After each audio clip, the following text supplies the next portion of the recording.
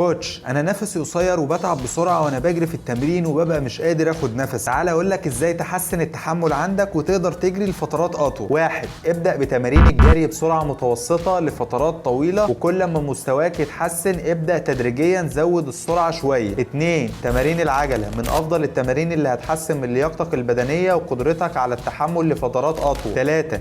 اجري صح، وانت بتجري خلي دايما نظرك للامام وجسمك مفرود وتنزل على مشط رجليك، وركز على تنفسك بعمق من الانف والفم. 4. تدريبات السرعه لفترات قصيره بسرعه عاليه بتساهم بشكل كبير في تحسين التحمل، وبالتالي هتساعدك انك تجري فترات اطول بدون ما تتعب بسرعه. 5. النوم والراحه، لازم تنام وترتاح كويس علشان تكون فايق وتتجنب التعب والارهاق في التمرين. طبعا التغذيه المتوازنه وخاصه الكربوهيدرات زي الكومبلكس كارب او الكربوهيدرات المعقده، واللي بدورها هتدي لك باور وهتحسن من ادائك اثناء التمرين. خليك فاكر دايما ان التحمل